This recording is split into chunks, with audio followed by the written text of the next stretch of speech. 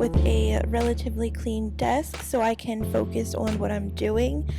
And I'll get all of the supplies that I need together, which is usually my laptop, my Icelandic notebook where I take all my notes, and usually a workbook. I've been using this Icelandic one. I'll have it in the name of it in the description, so because I don't remember what exactly it's called, but I know I got it off of Thrift Books, I think.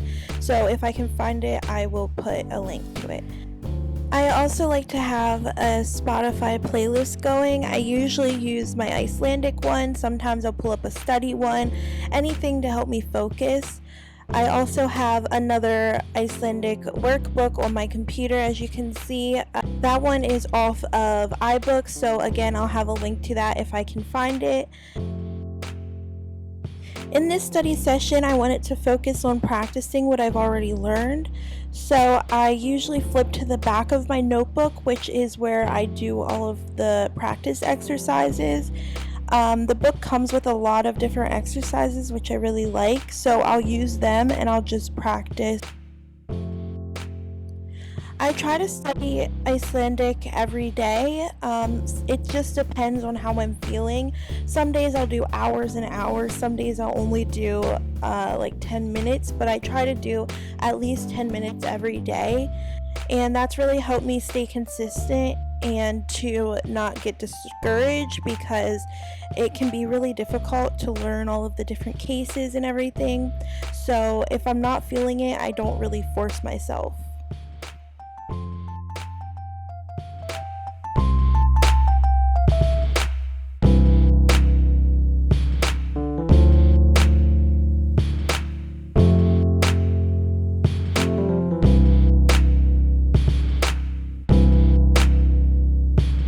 Here's a closer look of the practice exercises. I write down the sentence that it gives me, and then each word I'll translate separately so that I can see how the different endings are on it, and it just helps me to learn how to form the sentences properly. So I'll usually do that, and then I'll write the whole thing.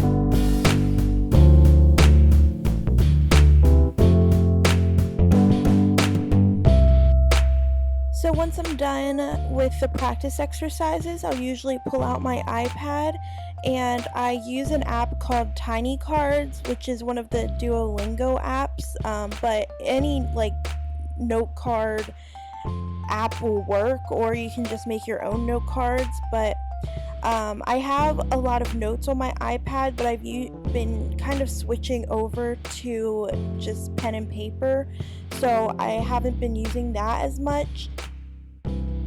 So I have a bunch of different note card decks in my Tiny Cards, which I've all made myself. They don't really have any Icelandic ones, but they do have a bunch of other ones in different languages already made, which is a lot easier than making your own.